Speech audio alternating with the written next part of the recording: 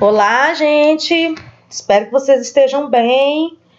Vamos lá, um quarto módulo, muito ânimo. Está um pouquinho sobre demonstrações contábeis. Começando aqui, para a gente começar a compreender que o objetivo da contabilidade aplicada ao setor público é fornecer aos usuários informações fidedignas, tempestivas e compreensíveis sobre o resultado da gestão alcançados. Então, esse é a grande objetivo da contabilidade, né? Fornecer informações reais, verdadeiras, né? E as demonstrações contábeis, elas são de fundamental importância para que esse objetivo seja alcançado, porque elas representam as saídas de informações geradas pela contabilidade pública. Então, as demonstrações contábeis, cada uma à sua maneira, de acordo com sua particularidade, traz uma informação de uma determinada natureza, como a gente vai poder ver aqui. Qual é a finalidade da elaboração dos demonstrativos contábeis? Então, a Lei 4.320, define no artigo 101 que os resultados gerais do exercício serão apurados no balanço orçamentário, balanço financeiro e demonstrações das variações patrimoniais.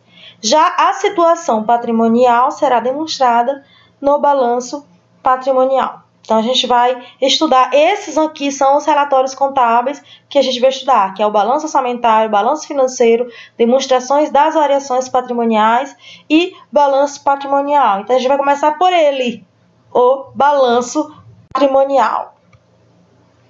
O balanço patrimonial, que é o que representa a situação patrimonial, é aquele que demonstra o verdadeiro objeto de estudo da contabilidade, que é o patrimônio, Então, o balanço patrimonial é elaborado pelos órgãos públicos, exigido pela Lei 4.320, ele contém os mesmos elementos do balanço lá da 6.404, ou seja, o ativo, o passivo e o patrimônio líquido. O ativo são os bens e direitos, o passivo são as suas obrigações e o patrimônio líquido, a diferença entre ativo e passivo. Então, ele possui os mesmos elementos, porém, a sua estrutura é um pouco diferente, como a gente está podendo ver aqui. Então, nós temos o ativo, composto pelo ativo financeiro, ativo permanente. Então, o ativo financeiro e o ativo permanente, que a gente também chama de ativo não financeiro. E temos o ativo real, que é a soma dos dois, do ativo financeiro e do ativo permanente. Logo embaixo, nós temos o passivo real descoberto, que é quando o passivo real for maior que o ativo real. E, por último, aqui, o elemento ativo compensado. Logo aqui no passivo, nós temos o passivo financeiro, o passivo não financeiro, que é também conhecido como passivo permanente. Logo embaixo, o passivo real, que é a soma dos dois. O ativo real líquido, que é quando o ativo real for maior que o passivo real. Então, essa diferença entre o ativo real a gente precisa calcular para descobrir ou o passivo real descoberto ou o ativo real líquido. E, por último, aqui o passivo compensado. Então, o total do ativo é ativo real mais passivo real descoberto mais ativo compensado. O passivo total, passivo real mais ativo real líquido mais passivo compensado. Então, vamos ver quem são esses elementos. Vamos lá, ativo financeiro. Aqui diz que são demonstrados os valores realizáveis a curto e longo prazo, correspondendo aos saldos de conta que permanecem abertos no sistema financeiro, envolvendo também os valores em espécie. Mas, basicamente, quem consta no ativo financeiro, além dos numerários dos valores no ativo financeiro, são valores cuja realização não dependa de autorização orçamentária, Ou não precisa ser dada essa autorização, ou já foi dada e não há necessidade, de autorização orçamentária. Então, no ativo financeiro estão compondo aqui todos os elementos cuja liquidez é certa dentro daquele exercício. No ativo não financeiro ou permanente, são demonstrados todos os bens e outros valores que não interferem diretamente na movimentação financeira. Então, compõe-se de elementos realizável a curto prazo, valores pendentes a curto prazo, realizável a longo prazo e o permanente, que é o investimento imobilizado e o diferido, intangível atualmente, né? Então, no ativo não financeiro, nós temos os bens, créditos e valores, cuja mobilização vai depender de autorização legislativa, certo? Então, dentro do ativo não financeiro ou ativo permanente, ainda há a necessidade de ser autorizado, estar autorizado no orçamento para que dependa ainda dessa autorização orçamentária para que haja essa realização. E por último aqui no ativo compensado, como a gente já pôde estudar, são os atos, né? Os atos administrativos, que a gente já viu o conceito no terceiro módulo, que são ocorrências que poderão vir a afetar o patrimônio no futuro, né? Contratos, convênios, garantias. Passivo financeiro, partindo aqui para o passivo, são demonstrados os valores exigíveis a curto e longo prazo, correspondendo ao saldo das contas que permanecem abertas no sistema financeiro. Mesmo raciocínio aqui. Então, são pagamentos que não dependem de autorização orçamentária. Um exemplo clássico, restos a pagar, né? Então, restos a pagar são valores que já passou pelo processo de empenho, só está faltando o pagamento. Então, o fato gerador já aconteceu, então eu preciso só efetuar o pagamento. Então, na verdade, ele foi registrado lá no passado, eu vou só pagar, eu não preciso incluir isso na nova lei orçamentária. No passivo não financeiro, ficam aqui, são demonstradas as obrigações a curto e longo prazo e valores pendentes que não provocam diretamente efeitos financeiros durante o exercício. Então, aqui também são pagamentos que dependam de autorização, né? Então, aqui no passivo financeiro, a gente também costuma classificar o que a gente conhece como dívida flutuante. São dívidas os pagamentos aconteçam num período de menor que 12 meses. E aqui a gente classifica as dívidas fundadas, que são as dívidas com prazo de pagamento superior a 12 meses. E por último aqui no passivo compensado, atos administrativos que poderão vir a afetar o patrimônio para baixo, né? Para menor. Superávit financeiro. Então, a gente estudou no primeiro módulo, se eu não me engano, os créditos suplementares e especiais, né? Que depende da existência de recursos. Então, a Lei 4.320, ela determina que autoriza a abertura de créditos suplementares e especiais, mas amarra na existência de recursos disponíveis. Mas a lei também diz de onde pode vir esse recurso, né? O item 1 diz o superávit financeiro apurado em balanço patrimonial do exercício anterior. Então, o que é um superávit financeiro? A gente já sabe que ele é apurado dentro do balanço patrimonial do exercício anterior, vamos supor que seja uma sobra, né? Aqui no parágrafo 2º, ele conceitua superávit. Superávit financeiro é a diferença positiva entre o ativo financeiro e o passivo financeiro, conjugando-se ainda o saldo dos créditos adicionais transferidos e as operações de crédito a ele vinculadas. Então, a gente já consegue perceber aí que o próximo é o balanço orçamentário. Esse aqui, ele é o balanço que vai apresentar as receitas previstas, né, e as despesas fixadas lá na lei orçamentária, né, e vai fazer esse confronto com as realizadas. Então, a gente vai fazer uma análise orçamentária. Vamos ver a estrutura? Então, tá aqui. Na estrutura do balanço orçamentário, nós temos aqui as colunas das receitas, que são separadas mediante aqui classificação econômica, como receitas correntes, receitas de capital, né? E aqui nós temos a coluna da previsão, né, de acordo com a lei orçamentária, a execução dessa receita e o que foi que aconteceu, a diferença entre a previsão e a execução. Também, da mesma forma que a despesa também, que temos a coluna da despesa que foi fixada e do que foi realmente executada. E temos aqui a coluna da diferença, certo? Então, essas colunas aqui de previsão da receita e fixação da despesa, elas devem ser compatíveis, né? Então, essas colunas elas são tiradas da lei orçamentária anual. Então, o balanço orçamentário ele te dá diversas informações de diversas naturezas. Vamos lá ver algumas aqui. A soma das colunas da previsão da receita, devem ser compatíveis, né, como eu acabei de falar, com a soma da coluna de fixação de despesa. Podemos demonstrar que o orçamento foi aprovado com equilíbrio ou não, né? Se esses valores não forem idênticos, o balanço orçamentário estará apontando um déficit ou um superávit na aprovação do orçamento. Então, aprova o seu orçamento, né, subtende que as despesas que são fixadas, elas têm que ser igual à previsão de receita. Outros resultados apurados no balanço orçamentário, nós temos aí o superávit, por exemplo. O que é o superávit orçamentário? É a diferença a maior entre a execução da receita e a execução da despesa, né? Essa diferença ela deverá ser adicionada ao montante da execução da despesa para igualar com o total da execução da receita. A gente faz isso aí nas nossas atividades.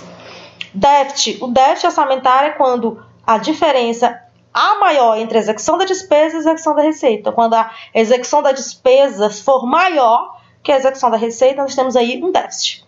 E o equilíbrio é quando há a igualdade entre os totais da execução da receita e da despesa. Então, vamos lá. Continuando aqui, a receita arrecadada, se ela for maior que a despesa realizada, demonstra que houve um superávit orçamentário. A despesa realizada for maior que a receita arrecadada, houve um déficit orçamentário. E a receita arrecadada igual à despesa realizada, equilíbrio na execução orçamentária. Resultado do orçamento corrente é quando a gente separa mediante aí as categorias econômicas das receitas e da despesa, né? Então, se a gente quiser saber só o resultado do orçamento corrente, né? Podemos ter um superávit ou um déficit, né? Superávit quando o total da receita corrente realizada superar o da despesa corrente realizada. E um déficit é quando o total da despesa corrente realizada superar o da receita corrente realizada. A mesma coisa a gente pode verificar em relação ao resultado do orçamento de capital. Nós podemos ter um superávit do orçamento de capital ou um déficit do orçamento de capital. Então, a gente observa a receita realizada e a despesa realizada e faz aí a subtração. Se a receita for maior, houve um superávit do orçamento de capital. For menor, déficit do orçamento de capital. Mais uma questão aqui que a gente pode levantar fazendo análise do nosso balanço orçamentário. Ele também, a gente pode fazer uma comparação entre a previsão e execução da receita, ou entre as colunas de fixação ou de execução da despesa. Então, eu posso fazer uma previsão de receita maior do que a receita que eu de fato arrecadei. Então, a gente tem aí um fato chamado insuficiência de arrecadação. Ou, se a receita que eu fiz a previsão for menor do que o que realmente eu arrecadei, ótimo, eu tive aqui um excesso de arrecadação. Mas, em relação aos valores das despesas executadas, né, fixadas e da executada, então, quando a despesa é fixada maior do que a que realmente foi realizada, a gente teve uma economia. Ora, eu imaginei que eu fosse gastar 10 milhões, eu gastei 8 milhões, então eu tive uma economia de despesa. E despesa fixada menor que despesa realizada, aí eu tive um excesso de despesa. É preciso observar esses detalhes. Então, de acordo com o artigo 103 da 4.320, vamos ver agora aqui, ó, gente, ó, balanço financeiro. A gente já partiu aqui para o balanço financeiro. Então, quem é o balanço financeiro? Ele vai demonstrar o ingresso e despejo, entrada e saída de dinheiro, a título de receita e despesa extra-orçamentária. Então, ele vai separar bonitinho entrada e saída de despesa, tanto orçamentária quanto extra-orçamentária. E também vai evidenciar os pagamentos de natureza orçamentária e extra-orçamentária, como eu já falei, e os saldos de disponibilidade do exercício anterior e aquele que a gente apurou no exercício atual, que passarão para o exercício seguinte. Aqui a gente vai poder ver isso agora aqui, ó, no demonstrativo. Então, nós temos aqui a representação gráfica do balanço financeiro.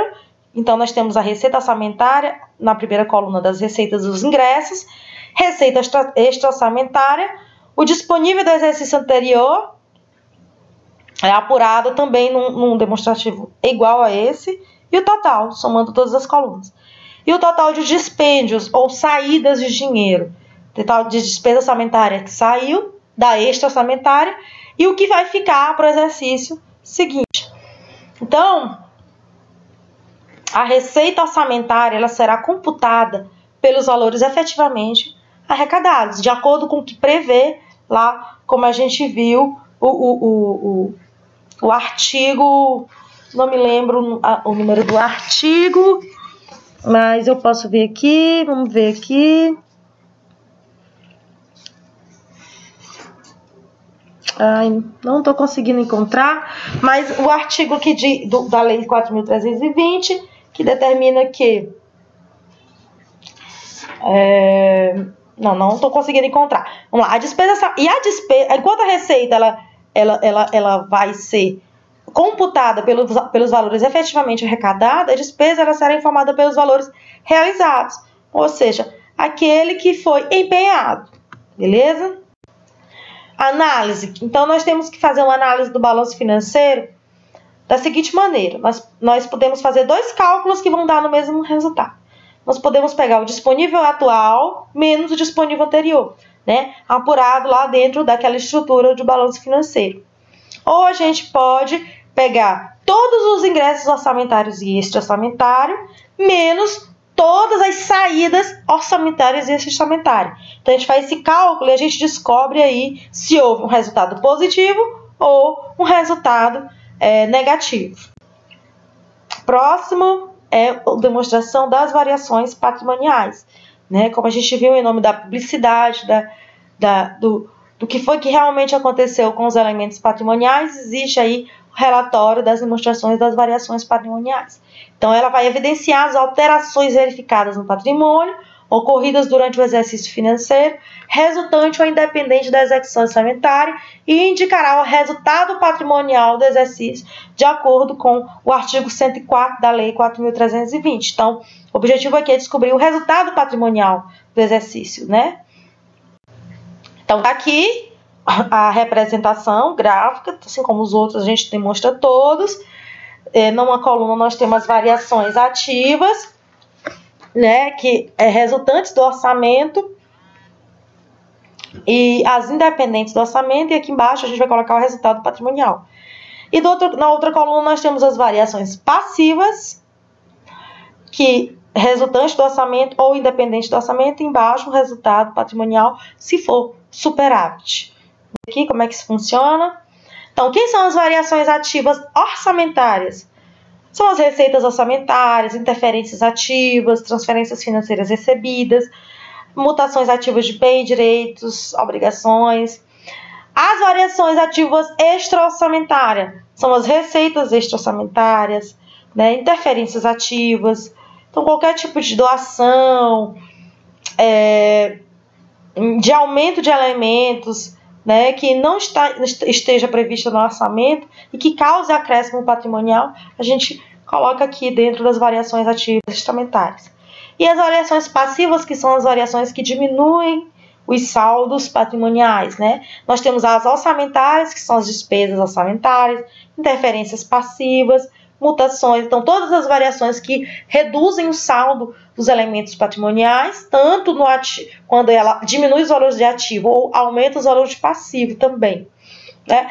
Variações passivas extra-orçamentárias são aquelas que reduzem os valores do ativo, do balanço patrimonial, né, de maneira extra-orçamentária, não depende do orçamento, ou quando aumenta os valores do passivo, né, como interferências passivas, decréscimos patrimoniais, decorrentes de desincorporação de bens e direitos, ou incorporação de obrigações. Então, incorporação de obrigações, por exemplo, aumenta o valor do passivo e assim reduz aí o saldo patrimonial. Então, quando a variação ativa for maior que a variação passiva, aí nós temos o superávit patrimonial, que é aquele outro elemento que compõe aí a estrutura da demonstração das variações patrimoniais. Ou quando a variação ativa for menor da variação passiva, nós temos aí um déficit patrimonial. Então, gente, é muito fácil a gente fazer a análise desses demonstrativos, né? Cálculos matemáticos simples, não tem muita dificuldade. Espero que essa aula tenha ajudado a esclarecer um pouquinho mais, né? E eu indico aí que vocês leiam mais algumas vezes os textos complementares e refaçam as atividades, leiam o material. Pesquisem, gente, pesquisem. Esse assunto é muito bom. É um prazer dar essas aulas para vocês. Bom estudo e obrigado pela atenção.